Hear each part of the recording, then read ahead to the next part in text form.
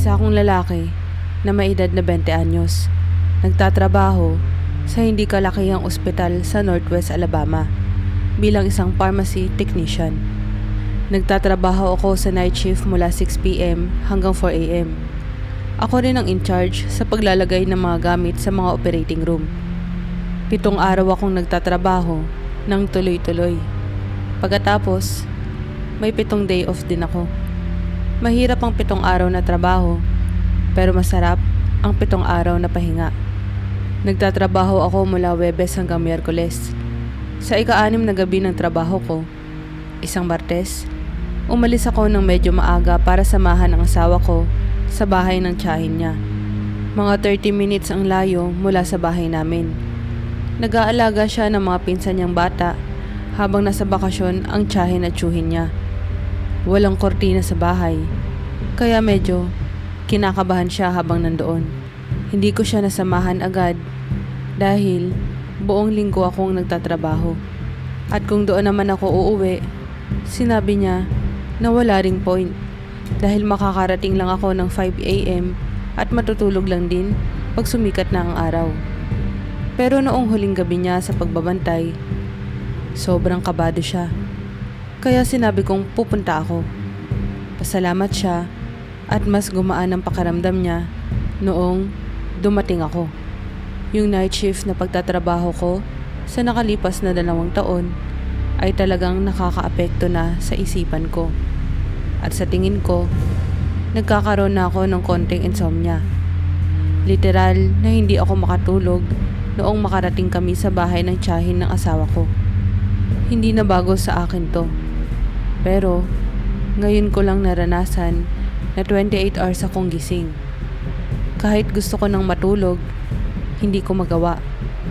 Dahil marami kaming gagawin kinabukasan. Kailangan naming ihatid sa school ang mga pinsan niyang bata. May gender reveal party ang kaibigan namin. Kailangan naming mamili kasi wala kaming stock sa bahay dahil wala siya sa nakalipas na 3 araw. At kailangan kong pumasok sa trabaho ng 6:00 ng gabi. Nakatulog ako ng konti sa kotse. Mga wala pang 10 minuto. Sobrang inaantok na talaga ako noon. Pero uminom ako ng malaking Red Bull at isa pang energy drink pagdating ko sa trabaho. Pinag-drive ako ng asawa ko papunta sa trabaho. At susunduin niya ako dahil kailangan palitan ng preno ng kotse ko. At isa pa, wala ni isa sa aming dalawa ang may tiwala na magmaneho ako ng kotse sapagkat 24 oras na akong walang tulog. Miyerkules na ng gabi nun at gising na ako mula 2 p.m. pa noong Martes. Okay naman ang simula ng shift ko at kung busy ako, hindi ako masyadong nakakadama ng antok. Nagsuot ako ng earbuds at nakikinig ng musika habang naglalagay ng mga gamot sa surgery rooms. Hindi na bago sa akin ang mga tao sa surgery na pumapasok para kumuha ng kung ano ang kailangan nila. Habang nakafocus ako sa pagtatrabaho, narinig kong bumukas ang pinto sa likod ko. At narinig ko ang matinis na tunog na parang kailangan ng mantika sa mga bisagra ng pinto. Pagharap ko, wala namang tao roon. Hindi ko ito masyadong pinansin. Pagdating ko sa susunod na kwarto na may madilim na ilaw, nakita kong parang may taong nakatungo sa Omnicell machine na naghahalongkat sa sharps bin, kung saan inilalagay ang mga gamit na karayom at vial pagkatapos gamitin, imbis na itapon lang ito sa trash bin can. Pero noong i-on ko ang ilaw, wala naman pala talagang tao roon. Habang tumutuloy ako sa pagbibigay ng mga gamot sa nurse station, sa bawat palapag, napansin kong tila may kakaibang katahimikan sa number 54 hanggang 55 na side ng 5th floor na undergoing remodeling. Pagdaan ko sa isang kwarto, may narinig akong ingay na parang nagkakalampagan ng hospital bed. Pagtingin ko, nakita ko ang isang matandang lalaki na tila nangingisay na may dumudugo sa mata ilong at bibig. Parang uhol ng zombie ang tunog niya. Biglang nag-alarm ang monitor na parang nagko-code siya. Napaatras ako. Pero nung balikan ko ang kwarto, wala na siya. At malinis ang kama. Bumalik ako sa pharmacy at sumakay ng elevator. Pagbukas ng pinto, may pumasok na matandang lalaki na may suot na security shirt at hospital badge. Hinawakan niya ang balikat ko habang naglalakad papalabas. Siya rin ang lalaking nakita ko sa kwarto kanina. Nakangiti siya sa akin bago sumara ang pinto ng elevator at bumalik sa 5th floor. Nang bumaba ulit ang elevator, wala namang laman ito. Pagtapos ng shift ko, ni-research ko kung kailan nagsisimula ang hallucination kapag walang tulog. At nalaman ko na nasa pagitan ng 30 hanggang 48 hours. At noong mga panahong iyon ay nasa 38 hours na akong gising. Habang papunta sa kotse ng asawa ko, napatingala ako sa 5th floor at nakita ko ulit ang matandang lalaki na nakatingin sa akin mula sa bintana. Hindi ko na binanggit sa asawa ko ang nakita ko. Wala akong sinabi tungkol sa nakita ko noong gabing iyon. Hindi ko alam kung bakit ko naisip o inisip na nakita ko ang lalaking iyon. Lalo na at hindi ko naman siya kilala. At kahit nakita ko man siya dati, wala siyang kahulugan sa buhay ko.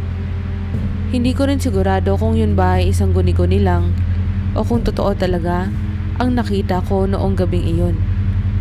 Pero ramdam ko na totoo iyon. Pagdating ko sa bahay, natulog agad ako. Hindi ko na ulit nakita ang lalaking iyon, pero nangyari ito halos 2 linggo pa lang ang nakakalipas. Nangyari ito noong 18 years old ako. 22 years old na ako ngayon. Nakatira ako sa San Antonio, Texas. Senior year ko ito nung high school.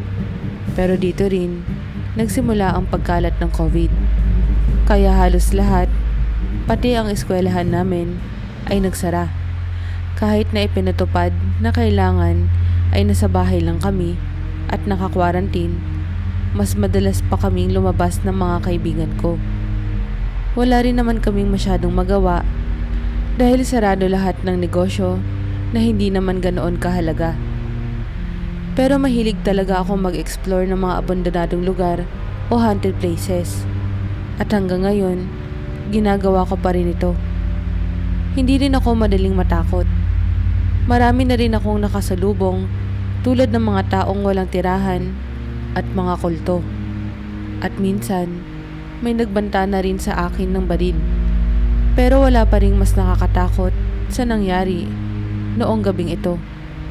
Noong panahong iyon, nagsimula akong makipag-usap sa isang babae na naging kaklase ko noong high school. Clarissa ang pangalan niya. Kung hindi lang nagtugma ang mga kwento namin tungkol sa nangyari noong gabing iyon, sigurado ako na hindi maniniwala ang mga kaibigan ko sa akin. Bagong relasyon pa lang kami noon, pero napapayag ko siya na pumunta sa isang parke na may kagubatan ng 3:00 ng madaling araw dito sa San Antonio. Ang pangalan ng parke ay Open Abel. Maganda at ligtas naman dito kapag araw. Pero sa gabi, medyo delikado ang lugar at kadalasang pinapatrolya ng mga pulis para walang pumasok.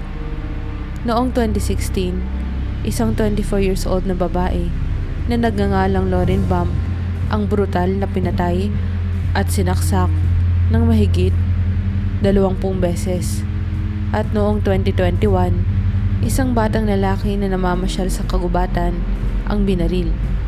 Pagdating namin sa park ng 3:00 ng madaling araw, sobrang dilim at nakakatakot ang paligid.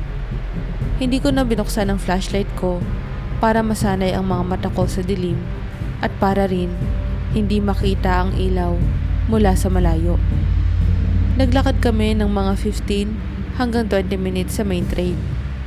Hindi ko naman talaga planong manatili doon ng matagal dahil tahimik at kakaiba ang paligid noong gabing iyon.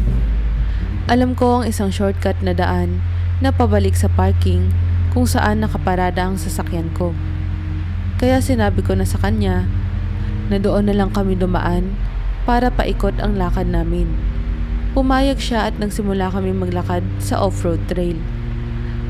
Mga 2 minuto pa lang kami naglalakad sa off-road trail nang biglang may narinig kaming tumutugtog ng isang flute.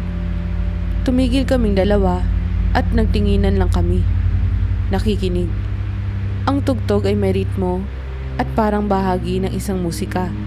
Pero kahit ganoon, nakakakilabot pa rin. Hindi ako basta-basta natatakot. Mga 15 segundo matapos magsimula ang tugtog, nanginginig na sa takot si Clarissa at halos umiyak na. Nagsimulang magdasal si Clarissa at humingi ng tawad sa Diyos.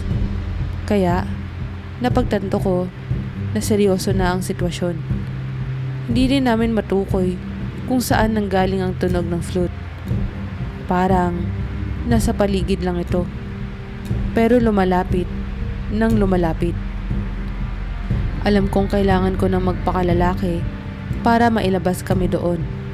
Sinabi ko kay Clarissa na huwag mag-alala. Hindi ko siya pababayaan at nagpa siya kaming tumakbo pabalik. Nagsimula kaming tumakbo ng mabilis at napansin ko na huminto ang tugtog ng flute. Pero mas nakatuon na ako sa pagtakbo palayo doon. Mga 30 feet lang ang natakbo namin nang biglang may narinig kami kaluskos ng dahon at sanga. At may malaking bagay na biglang dumaan sa harap namin. Maaaring usa ito o malaking hayop. Pero kakaiba talaga dahil parang naramdaman ko ang presensya nito. Hindi ko nakita ang anino o hugis nito, pero narinig ko ang mabilis na galaw. Sa sobrang takot, tumakbo kami pabalik sa main trail at nagmadali na makabalik sa sasakyan. Pagdating namin sa sasakyan, dali-dali kong pinatakbo ito palayo. Kinabukasan, ikinuwento ko sa mga kaibigan ko ang nangyari at hinanap ko sa internet kung may nakaranas na rin ng ganitong kakaibang insidente. May mga tao na nagsasabi na nakarinig sila ng mga kakaibang ingay o nakakatakot na mga kulto. Pero ang tunog ng flute, wala akong mahanap na katulad. At hanggang ngayon, hindi ko alam kung sino o ano ang tumutugtog ng flute na yon. At ano ang dumaan sa harap namin. Nakikitira ako sa bahay ng boyfriend ko. At ang bahay na pagmamay-ari niya ay simple lang pero nasa isang magandang lugar. Mababa lang ang karaniwang bilang ng marahas ng krimen dito. Sinasabi kong simple ang bahay dahil mas maliit ito kumpara sa ibang bahay sa paligid. Pero kahit maliit ito, maganda pa rin dahil nasa magandang lugar kami nang hindi kinakailangang bumili ng milyong-milyong halaga ng bahay. Ito ay isang bahay na may isang palapag, 3 kwarto at 2 banyo at may basement. Tahimik ang lugar namin at may sapat na privacy. Ang daan ay may kurba kaya walang bahay na direktang nakaharap sa amin kapag lumalabas kami. May 8 bahay sa block namin at sa dulo ng daan ay may maliit na kagubatan. Noong nakaraang Oktubre, nasa Las Vegas ang boyfriend kong si Maa para sa isang bachelor party. Kaya, naiwan ako mag-isa mula Huwebes hanggang Lunes. Biyernes ng gabi, nag-imbita ako ng ilang kaibigan para sa wine night. Habang nanonood kami ng scary movie, tumunog ang doorbell. Nagulat kami lahat at nagkatinginan. Parang nakakatakot dahil gabi na at may kumakatok habang nanonood kami ng nakakatakot na movie. Sinubukan kong sumilip sa bintana pero wala akong makita mula sa loob. May maliit na bintana sa itaas ng pintuan. Kaya, sumilip ako doon. May 4 na sasakyan sa driveway kaya alam ng kumakatok na may tao sa loob. Bumalik ako sa mga kaibigan ko at nagdesisyon kami na baka prank lang yun. Nang umalis na ang mga kaibigan ko, natulog na ako. Pero pasado 1:00 ng madaling araw, nagising ako dahil tumunog ulit ang doorbell ng 2 beses. Tinawagan ko si Maa at kahit lasing siya, sinabihan niya ako na huwag magbukas ng pinto at manatili lang sa kwarto. Hindi niya iminungkahi na tumawag ng pulis, kaya hindi ko muna ginawa. Sinubukan kong bumalik sa pagtulog, pero ilang sandali lang ang lumipas. May narinig akong kakaibang tunog sa labas. May kumakatok sa bintana at narinig ko ang boses ng lalaki na nagsabing, "May tao ba dyan? Kailangan ko ng tulong." Buti na lang at nakasara ang mga blinds. Imbis na umalis, kumatok ulit siya at sinabing, "Alam kong nandyan ka."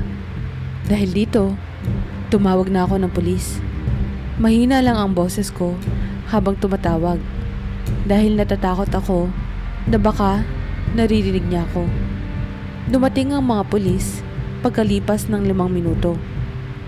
Nang dumating sila, may isang pulis na tila bastos at tila hindi ako seryoso. Tinanong niya ako ng mga bagay na malinaw kong nasabi nang hindi ko nakita ang lalaki. Sa huli, sinabi nila sa akin na wala silang magagawa kung walang ebidensya o video o larawan. Bumalik na ako sa pagtulog at nagising sa liwanag ng araw kinabukasan. Sabado iyon at may Halloween party ang isang kaibigan ko. Nang makauwi ako pasado 1:00 ng madaling araw, napansin kong may malamig na hangin sa loob ng bahay. Napansin ko, bukas ang isang bintana. Kaya, sinara ko yun. Pagkatapos, napansin kong nakabukas din ang pinto ng basement. Nang lumapit ako sa hagdan, narinig ko ang tila pagtunog ng kung ano sa baba.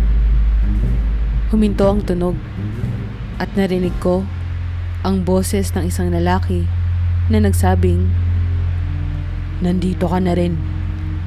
Sinara ko agad ang pinto ng basement. Kinuha ang telepono ko at tumakbo papunta sa kapitbahay para tumawag ng pulis. Bumalik ang parehong mga pulis, pero mas naging maayos na ang pakikitungo nila ngayon.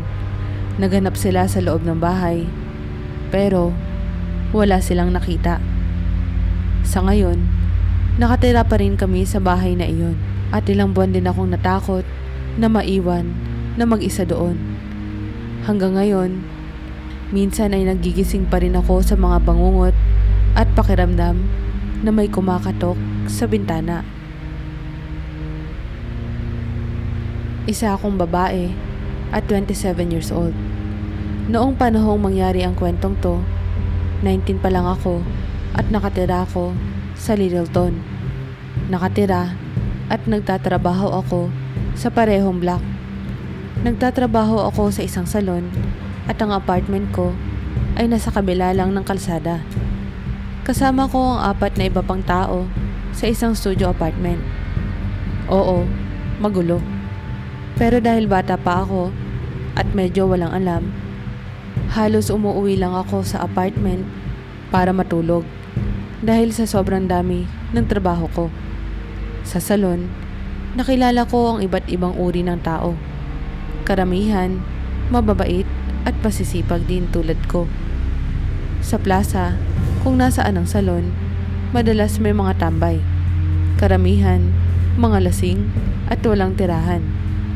Isa sa kanila ang madalas kong nakikita. Lagi siyang amoy alak, pero mabait naman. Medyo malambing nga lang, na medyo nakakailang para sa akin bilang isang 19 years old. Ilang beses niya akong inaya na makipag-inuman. Pero lagi kong sinasabi na may boyfriend ako para lang makaiwas. Di ko maalala ang pangalan niya, kaya tawagin na lang natin siya sa pangalang Anton. Isang hapon, natapos ang shift ko ng alas 4. Naglakad ako papunta sa coffee shop sa kabilang parking lot. Nag-order ako ng inumin at lumabas para magpahinga at mag-enjoy sa maaraw na panahon. Sa gilid ng mata ko, nakita ko si Anton na papalapit, nakangiti ng malapad. Humingi siya ng lighter kaya binigay ko ito kahit medyo di ko gusto. Nagsindi siya ng sigarilyo at ibinalik ang lighter. Pero nasagi niya ang braso ko at nakaramdam ako ng kilabot. Tumayo ako agad at sinabing kailangan ko nang umalis. Paulit-ulit niya akong inaya na makipag-inuman. Pero tinanggihan ko siya. Pagkatapos nun, di ko siya nakita ng ilang linggo. Nakinatuwa ko rin dahil madalas siyang nakatambay sa plaza at naghahanap ng makakausap. Isang gabi, nagdesisyon akong maglakad-lakad. Mahilig akong mag-night walk, lalo na kapag maganda ang panahon. Naglalakad ako sa downtown Littleton, pauwi sa apartment ko na mga 10 minuto lang ang layo. Nang may isang figura akong nakita sa unahan ng daan. Akala ko walang kaso dahil maraming tao sa paligid. Pero nang mas lumapit ako, nakilala kong si Anton ito. Pasuray-suray siya, halos matumba sa kalsada. Dito ako nagkamali. Dapat sana ay tumawid na ako o kaya naman ay bumalik. Pero pinili kong tumaan sa tabi niya. Umaasa na di niya ako makikilala dahil lasing siya. Pero sa kasamaang palad, nakilala niya ako. Hinarang niya ako, ngumingiti pa rin ng malapad. Tumango ako, tila tanggap na ang kapalaran ko na makipag-usap sa kanya. Tinanong ko siya kung kamusta at kung maayos ang araw niya. Ang sagot niya ay oo. Pero mas magiging okay daw kung may makakasama siyang uminom. Sinabi kong hindi pwede dahil maaga pa ako magtatrabaho kinabukasan. Pero patuloy pa rin siyang namilit at nagpakitang parang asong ulila na nagpapakyut. Medyo kinabahan na ako. Pero nagbiro ako at tinangkang umiwas. Hinarang niya ulit ako at sa seryosong boses ay sinabing tumabi siya para makauwi na ako. Bigla siyang nag-iba. Hinawakan niya ang braso ko ng mahigpit. Sinubukan kong makawala pero ayaw niyang bitiwan. Sa takot at kaba, itinulak ko siya papunta sa mga halaman sa gilid. Sabay takbo, palayo. Di ako huminto hanggang makarating ako sa apartment. Pagpasok ko, bumuhos ang luha ko at napaupo sa sahig. Agad akong pinakalma ng mga kasama ko at tinanong kung ano ang nangyari. Nang kumalma na ako, ikunento ko sa kanila ang ginawa ni Anton. Dumating din ang boyfriend ko sa apartment at sobrang galit nung marinig ang kwento ko. Lumabas siya ng apartment, bit-bit ang isang baseball bat. Isang kasama ko ang naiwan kasama ko. Pagbalik ng boyfriend ko, sinabi niyang hindi niya nakita si Anton. Pinag-isipan naming tumawag ng pulis pero di na namin itinuloy dahil sa takot na baka may ibang masilip pa sa amin. Noong panahong iyon, illegal pa ang marijuana sa Colorado. Kaya, bumili na lang ako ng pepper spray at nagdala ng maliit na kutsilyo para sa seguridad ko. Simula noon, tumigil na ako sa paglalakad tuwing gabi. Maliban na lang kung kasama ko ang boyfriend ko. At sa kakaibang pangyayari, hindi ko na nakita si Anton mula nung gabing iyon. At masaya ako dahil dito. Kaya kung nasaan ka man, Anton, huwag mo na sana akong guguluhin pa.